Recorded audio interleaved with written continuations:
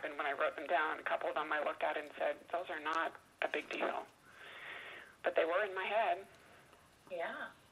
Did you ever ask yourself the question, so what's the worst thing that can happen in this? Oh, I do that all the time. That's my favorite one. I'm like, oh, I can't do this because blah, blah, blah. I go, okay, so what's the worst thing that would happen, and what would I do if that happened?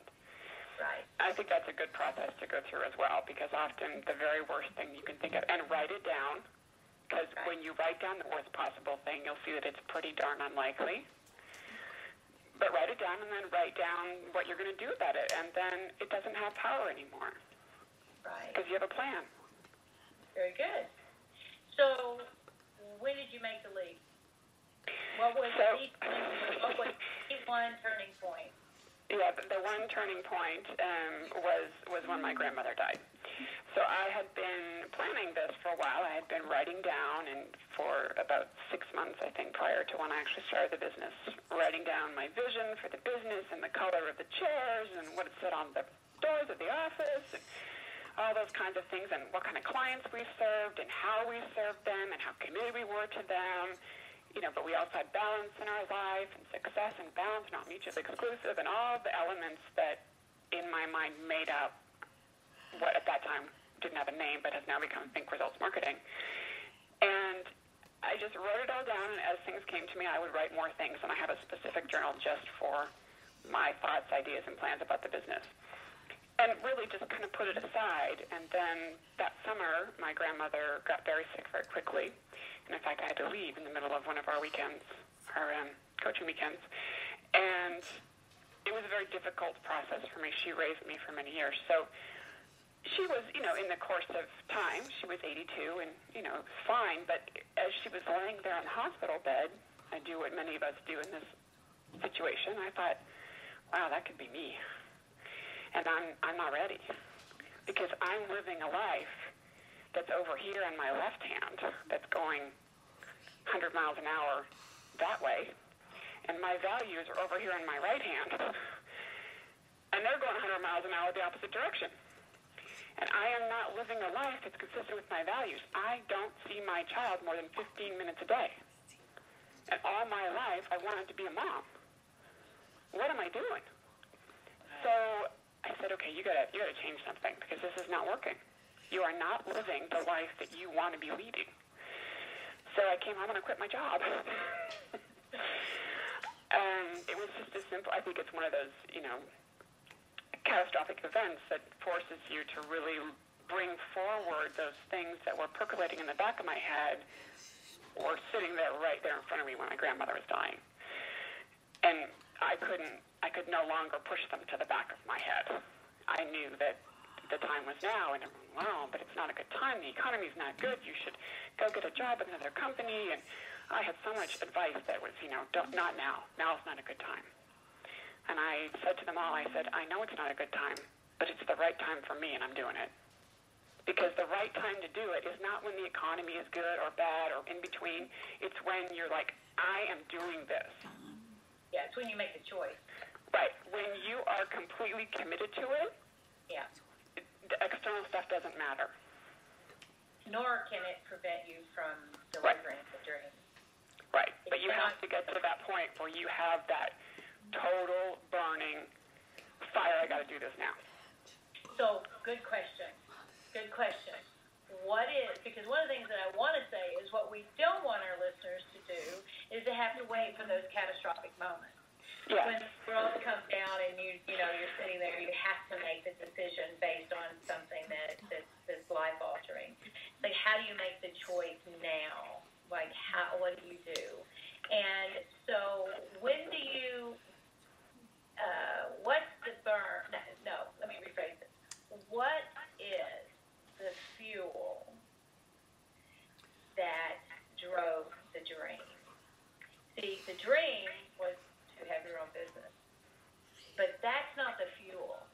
And you've already said it. So I'm really going to lay this out here for you, man. I want you to look and see what really was the fuel that turned it on. And it wasn't your grandmother's, well, part of it may have been your grandmother's death. But there's a fuel behind that dream. Do you know what it was? I do. I think I know what you're getting at. And if not, this will be helpful for listeners. I have developed in the whole Stephen Covey kind of way, my personal mission, which is very simple, and I think it's actually someone else has said it, but I love it. And that is, my mission is to be the candle or be the mirror. So my job, I feel in life, and when I have trouble making a decision, I say, is this action going to make me burn more brightly to inspire others? Or is this, what I'm about to do, is this going to reflect somebody else's brightness so that they can burn more brightly? And if I can answer yes to either of those, then I need to do it. Yes, and both were perfect.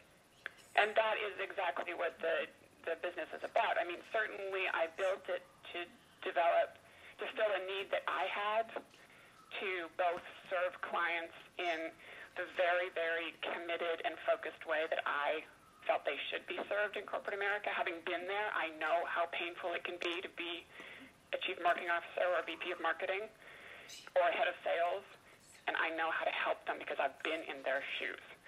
And that's part of it, and I wanted to have flexibility so that I can be a mom and do the things that I think are important, and I have not missed a school event in 6 years, which I never went to any of them before this.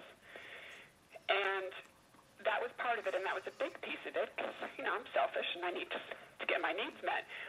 But the other piece of it that's always been really important to me is this was never about me alone. It was about me building a place for myself and for others to step into, because I knew that I was not the only one who had this issue. Right. And that drove me, because that's why I was like, I have to do this. I need to manifest this.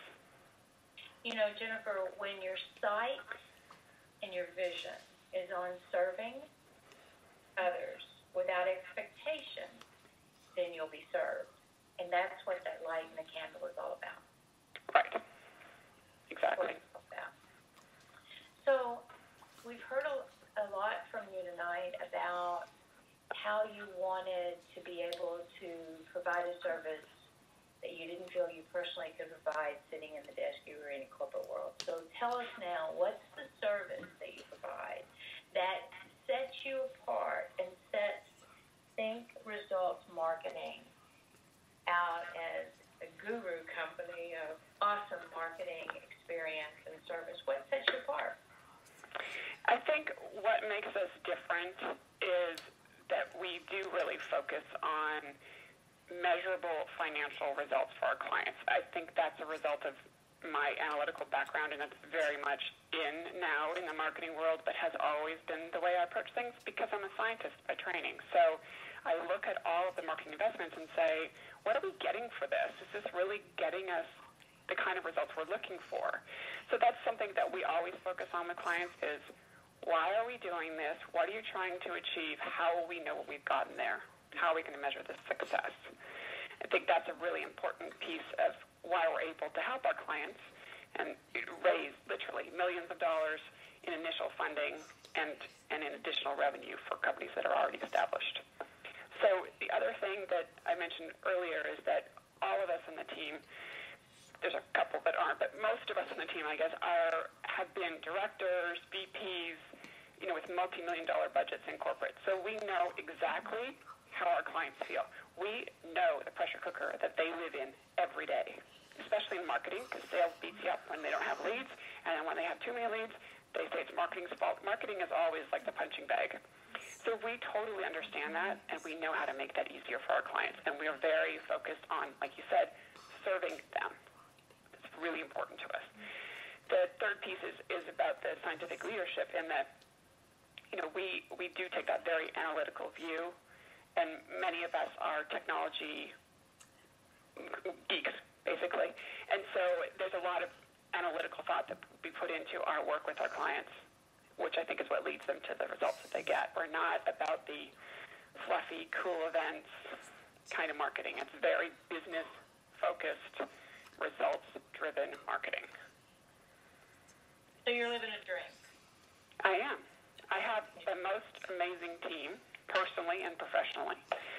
And I think it's Victor Hansen who has this great quote about, let's see if I get this straight, the dream works because the